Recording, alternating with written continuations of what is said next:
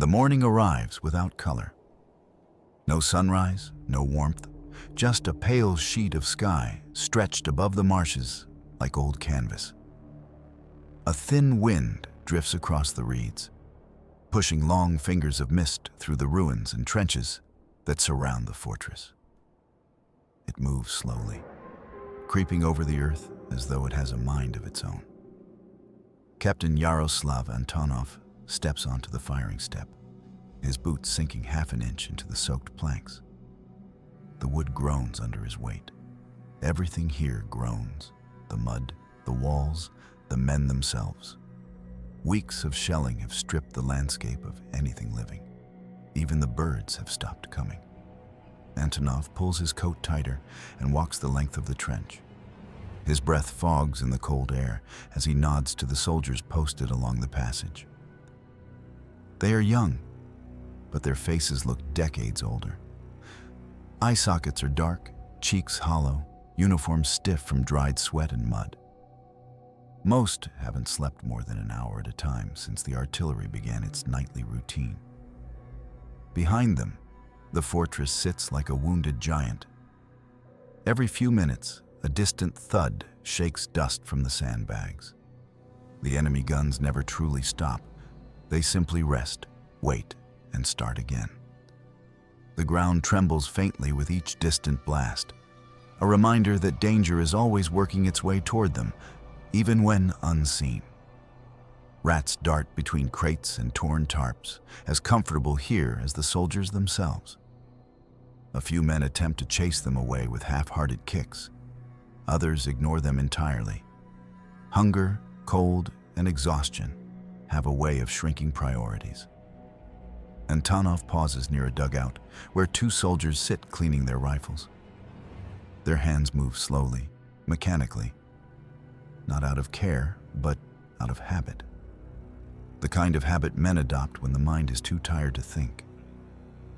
He senses something else beneath the surface today, a weight in the air. The kind that presses against the ribs and makes every sound seem sharper. The silence feels unnatural, stretched thin. No snipers, no probing shots, no patrols, just fog and waiting. He looks out over no man's land, a flat, broken expanse of mud and timber. Through the shifting mist, he can see nothing moving, no silhouettes, no flickers of lanterns, no sign of life on the opposing line. Yet his gut twists. Too quiet. He mutters under his breath. A private next to him glances up. "Sir?" Antonov doesn't answer. He's listening now, really listening. The wind has changed. The mist is curling in strange patterns. There's something else riding the breeze. Then he hears it. A soft sound, a dragging, rolling hiss that doesn't belong to nature or wind or machinery. It slithers across the field, low and steady. Antonov's eyes narrow. Whatever that sound is. It's getting closer. The strange hiss fades into the background, but the tension it leaves behind lingers like a hand gripping every man's throat. Antonov signals his nearest sergeant, and word spreads quickly through the trench. Eyes up. Stay alert. One by one, soldiers rise just enough to peer over the parapet. What they see is nothing. Nothing but fog. Nothing but shapes that shift and melt away the moment someone tries to focus on them. The enemy line, usually alive with distant movement, looks abandoned. The trenches are black smudges on the horizon, broken only by the pale glow of morning light bleeding across the swamp. Every man feels the same itch between his shoulders, the ancient instinct that warns a hunter when he's being watched. Whispers run through the trench. Maybe they pulled back. No, they're planning something. I heard they developed new shells, ones that choke you before you even hear them land. Rumors fill the silence because silence is harder to bear. A lantern flickers near a dugout, illuminating soldiers with trembling hands. One man wraps his coat tighter and rubs warmth into his arms. Another mutters a quick prayer under his breath, fingertips tracing the sign of the cross again and again. Their breaths hang frozen in the morning air, rising like faint ghosts. Antonov scans the enemy lines through the mist. At first, he sees nothing but drifting clouds. But then, movement. Small, sharp, deliberate. Silhouettes begin to appear. Not charging, not firing, not shouting. Just working. Calm, synchronized, mechanical. German soldiers shift in and out of the haze, moving with unsettling purpose. They pass objects between them, adjust equipment, lift canisters. Their posture is rigid, their focus absolute. It doesn't look like preparation for a firefight. It looks like preparation for something else, something the Russians have never seen. Antonov's stomach sinks. He has no idea what they're doing, but every instinct in him screams that this is not a normal operation. Then, without warning, the coordinated activity stops. A sudden stillness falls over no man's land. A stillness so complete that even the rats stop scurrying. A thin streak of light snaps into the sky. A flare, rising, glowing, announcing. Antonov freezes, his breath caught halfway in his throat. The flare's pale glow hangs in the sky for a moment, suspended like a warning no one can decipher. Then it fizzles out, and the battlefield exhales. At first, there is only silence. Then the fog begins to move, not drifting with the wind, not swirling naturally, but rolling forward in one enormous, unified mass, like a tidal wave made of smoke. Antonov stares as the color shifts. What had been a normal morning mist thickens into something heavier, darker, wrong. A strange greenish tint stains its edges, spreading outward until the entire front seems to glow with sickly hues. Some of the younger soldiers almost laugh nervously. Fog can't hurt you. Fog is harmless. Then the smell hits. A sharp metallic tang slices through the air, followed instantly by a burning sensation that claws down the throat and into the chest. Men recoil as if slapped, eyes watering violently. Someone coughs once, then twice, then doubles over, hacking uncontrollably. The truth dawns on them all at once. This isn't fog. Panic detonates through the trench. Cover your mouths. Soak your rags. Anything. Just breathe through something. Chaos erupts. Soldiers tear strips from their shirts, rip bandages from kits, dip cloth into canteens, puddles, whatever liquid they can reach. Others, acting on instinct and desperation, soak rags with urine. The only thing they've heard might help against whatever this is. There's no time for shame, only survival. The cloud advances with horrifying speed, down the field, over craters, through wire, into their world. The first wave hits the forward trench like a physical blow. Men scream as their eyes ignite in agony. Skin begins to sting, then burn, then blister. Lungs seize, pulling in poison with every gasp. The sound is unbearable. Choked cries, frantic coughing, the wet gurgle of air fighting through collapsing throats. Antonov fumbles for his own cloth, plunging it into a muddy pool before pressing it hard over his mouth and nose. His eyes burn instantly, leaking tears that stream down his face. He can smell his own skin stinging, feel the air turning thick and corrosive. "Hold on," he tries to yell, but the words die in his throat. Every breath feels like swallowing fire. The green wall spills into the trench, swallowing everything it touches. Shapes disappear. Voices vanish. Hands claw blindly at the sandbags, searching for escape that doesn't exist. Antonov stumbles backward, head spinning. His vision flickers. A soldier beside him collapses, convulsing as the gas ravages his lungs. Another falls off the firing step, landing face first in the mud and not moving again. Noise fades. Color drains. The world becomes a suffocating void. Antonov drops to his knees, the cloth slipping from his weakening grip. His lungs seize so violently that his entire body shakes.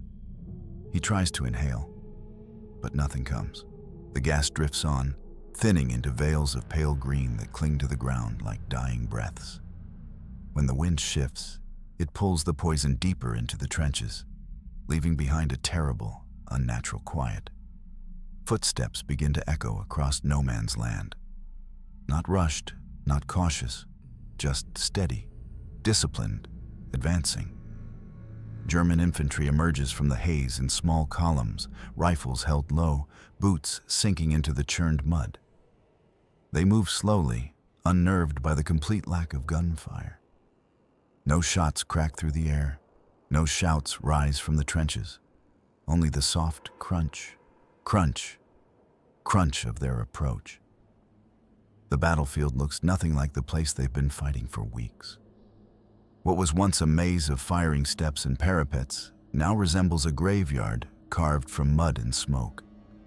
Bodies lie everywhere, draped over sandbags, slumped against walls, sprawled across the duckboards where they collapsed trying to breathe. Some are still clutching their makeshift masks, knuckles bone white.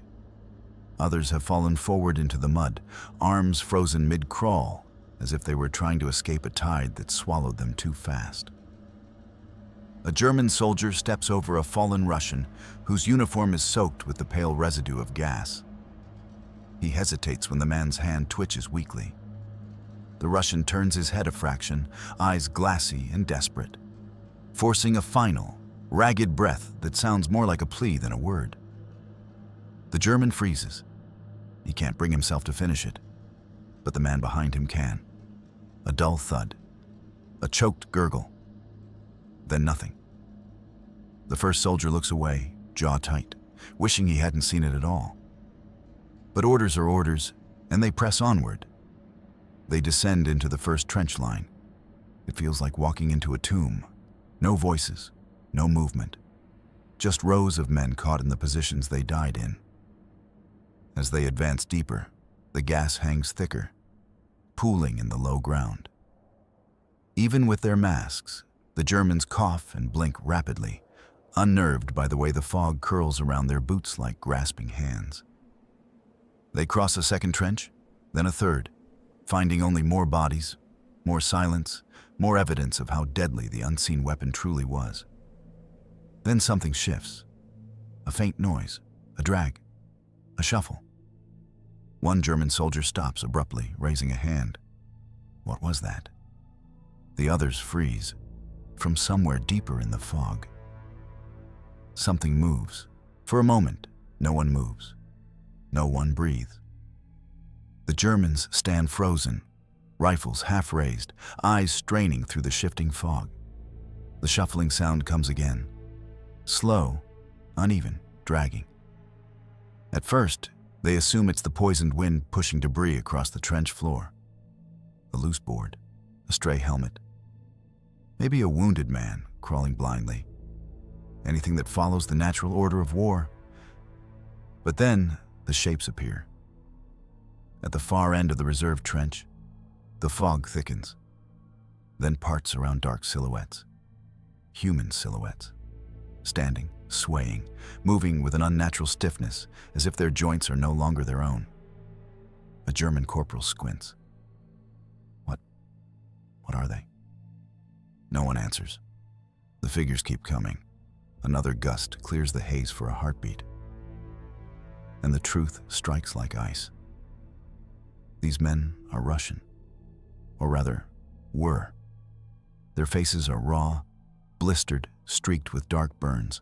Cloth rags cling to their mouths, stiff with chemical residue. Eyes red, swollen, leaking tears that trace lines down soot-covered cheeks. Their uniforms are torn open from convulsions. Some drag rifles. Others stumble forward empty-handed, arms hanging stiffly at their sides. But they are walking when they should be dead. One German takes a step back, boots slipping in the mud. His breath rattles inside his mask. They're not alive, he whispers hoarsely. Another tries to steady his rifle, but his hands shake violently. It's not possible. No one survives that gas. But the figures continue closing the distance. Heads bowed, shoulders hunched, moving with a grim determination that looks more like instinct than decision. A young German private breaks first. His rifle clatters to the floor as he turns and sprints blindly into the fog, shoving past his comrades. The panic spreads in a heartbeat. Another man retreats, then another. Discipline fractures like thin ice. Fall back, fall back. The trench erupts into chaos. Soldiers trip over boards and bodies, fumbling for ladders, scrambling to escape the nightmare advancing toward them. The sound of boots hitting mud echoes between the trench walls like thunder. Yet the Russians keep coming. Closer and closer and closer. Through a thinning veil of smoke, one shape stands out from the rest. Taller, straighter, limbs trembling but purposeful. A figure with a torn coat hanging from his shoulders, a bandage tied over half his face, soaked through with greenish stains. Eyes swollen, but burning with something fierce, something alive beneath all the ruin. He steps forward, gripping the stock of his rifle like a crutch. Even through the haze, even through the distortion of pain, the Germans recognize him instinctively as a leader. Antonov, barely recognizable, barely standing, but leading the impossible. For a heartbeat, the battlefield hangs suspended between two impossible truths. The Germans cannot believe what they're seeing, and the Russians, those few still on their feet, cannot believe they are still alive. Then Antonov moves. A single forward step, shaky but deliberate. Another, then a third. And with a hoarse, guttural cry torn from a throat raw with poison, he lifts his rifle and surges ahead. The others follow. There is no formation, no shouted command, no organized maneuver. Only a tide of broken, gas-burned men hurtling forward with a fury that defies both pain and logic. Their breaths come in ragged wheezes, their eyes barely open, their bodies trembling, but their legs drive them on. The Germans hesitate, just long enough. Then the Russians crash into them. Bayonets meet steel with a wet metallic crack. Rifles discharge at point-blank range, lighting up the fog. Men scream as they grapple in mud slick with gas residue. Antonov lunges at the first German in his path. His bayonet finds cloth, then flesh. The force nearly pulls him off balance, but adrenaline keeps him upright. Another enemy tries to fire, but his shot goes wild as a coughing Russian tackles him to the ground. The two roll, choking and clawing, each fighting more for breath than victory. The German line collapses inward. Terror spreads like a second cloud of poison. Some soldiers drop their weapons entirely and scramble up the trench walls, desperate to escape the nightmare advancing toward them. Others swing their rifles wildly, unable to steady their hands. For the Germans, it is like battling phantoms, bleeding phantoms that refuse to fall. From the fortress behind the Russian lines, artillery thunders to life. Shells whistle overhead and crash into the German rear positions. The ground shakes violently, throwing soldiers off their feet. Flames erupt behind the German ranks, cutting off the only route of retreat. The counterattack turns into a trap. Antonov pushes deeper, each step a battle against his failing body. His breaths come short and sharp.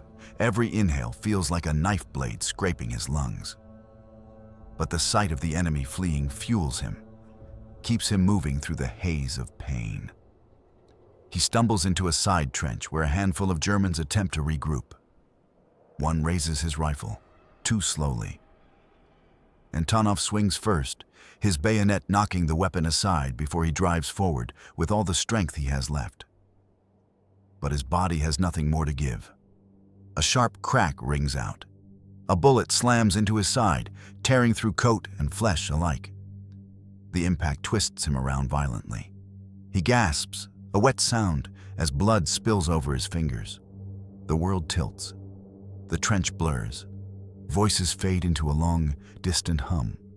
Antonov drops his rifle and collapses onto the mud, vision flickering between light and shadow as the battle rages on above him. Antonov lies half-curled in the mud, one hand pressed to the wound in his side, the other trying to brace himself against the trembling earth.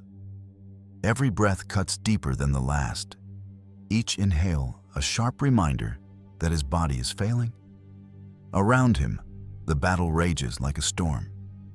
Muffled shouts, metal on metal, the dull thud of bodies hitting the boards. Through the haze, a familiar figure appears. Sergeant Markovich, broad-shouldered, calm-eyed, hardened by years of frontline duty. A man whose silence carried more authority than most officers' speeches. He drops to one knee beside Antonov, hands already searching for bandages he knows won't be enough. Antonov grabs his wrist. Blood smears across Markovich's glove as the captain pulls him close, forcing the words through clenched teeth. "Take command."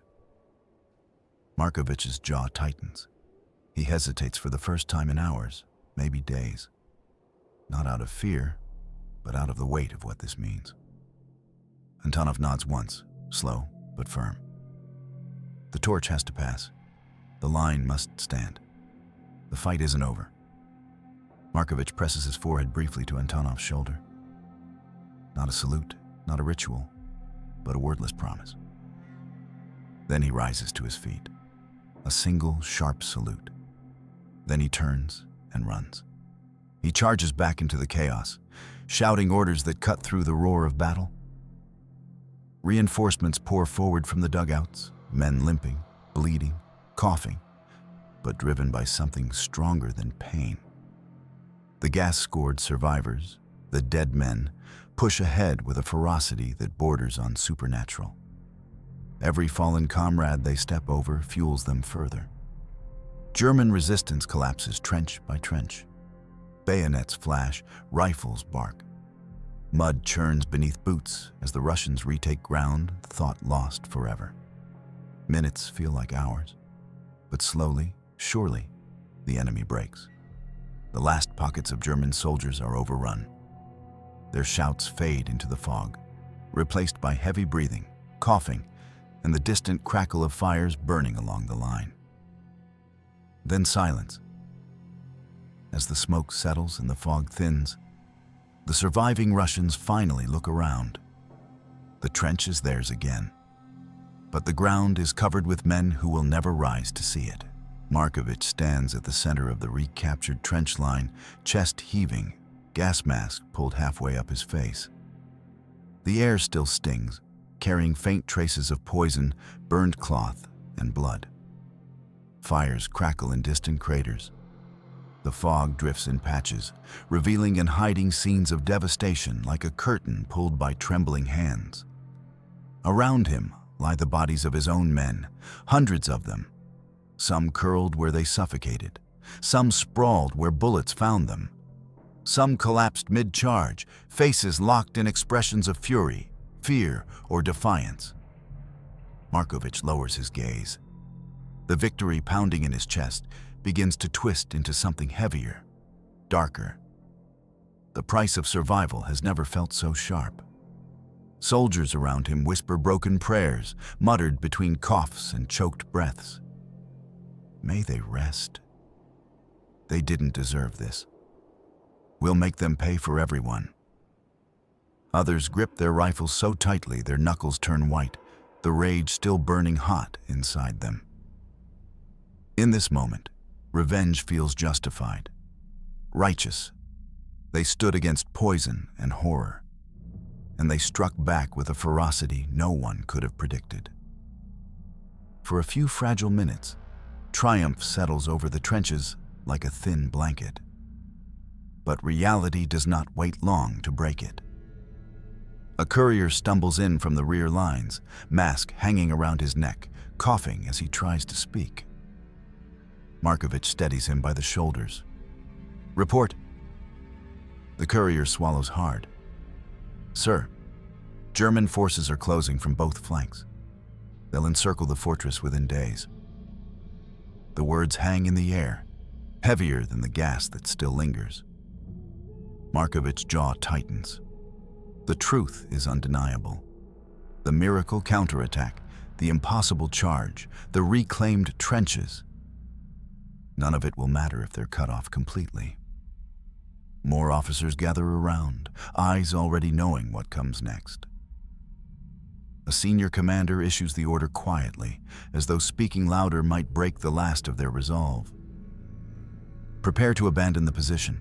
Antonov does not survive the night. They carry him to a dugout lit by a single lantern, its flame flickering weakly in the poisoned air. A medic tends to him, but everyone knows it's for comfort, not salvation. His breaths come shallow, each one wet and strained, but his eyes remain steady, fixed on the men who gather around him. They speak to him softly, thanking him, promising they'll finish what he started. Some grip his hand, others bow their heads. In the end, Antonov slips away without drama, his final breath barely audible over the distant rumble of enemy artillery. Markovich watches in silence, jaw clenched, the ache in his chest deeper than any wound the gas could inflict. When the time comes, he forces himself back to the command post. His hands tremble as he writes the final report, a record of heroism soaked in tragedy. Ink blurs where his fingers shake or where sweat mixes with grime. He lists the dead. He lists the wounded. He documents the miracle counterattack, the impossible stand. The fallen captain who held the line when all logic said it should have broken. Awards will come. Medals, recognition, speeches from people who were nowhere near the poison and chaos. But none of it, Markovich knows, will ever feel like enough. Under a sky still streaked with the faint green stains of gas, the men bury their commander. There is no ceremony, only a few whispered words, a handful of dirt, and the raw, hollow silence of a unit grieving together. By dawn, the order to withdraw becomes reality. The survivors gather what little gear they have left and begin the march out of the fortress. Their boots move along the same duckboards they defended with their blood. Every step takes them past trenches filled with the memory of men who will never walk them again. Behind them lies a battlefield that will forever stink of gas and loss. Ahead of them, only uncertainty, years past. But the memory of that morning never loosened its grip on the men who survived it. Long after the war ended, long after the trenches were reclaimed by mud and moss, the survivors still spoke of the day when soldiers who should have died refused to fall. Some called it madness, the final, desperate spark of men drowning in poison. Others called it myth, a battlefield legend stretched by fear and fog. But those who were there, they knew better. They remembered the burning in their lungs, the sting of gas eating into their skin. They remembered stumbling through haze that felt alive with death. And they remembered standing back up, not because their bodies could, but because something inside them refused to be extinguished. Historians tried to explain it. They wrote theories, debated tactics, argued over numbers. But none of their explanations captured the raw truth of that morning. It was human will stripped down to its last thread, and even that thread proved unbreakable. Markovich lived to old age.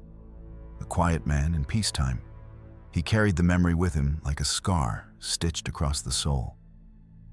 In rare moments of honesty, he would speak of Antonov, of the men who rose with burned faces and shattered lungs, and of the charge that made even the enemy tremble. He never called it heroism. He simply called it duty, The story spread from soldier to soldier, from veteran to historian, from battlefield to memory. And in time, it became legend. The tale of the dead men who stood when the world insisted they fall. A reminder carved into history itself. Even when breath is stolen, even when death closes in, courage can still make men rise.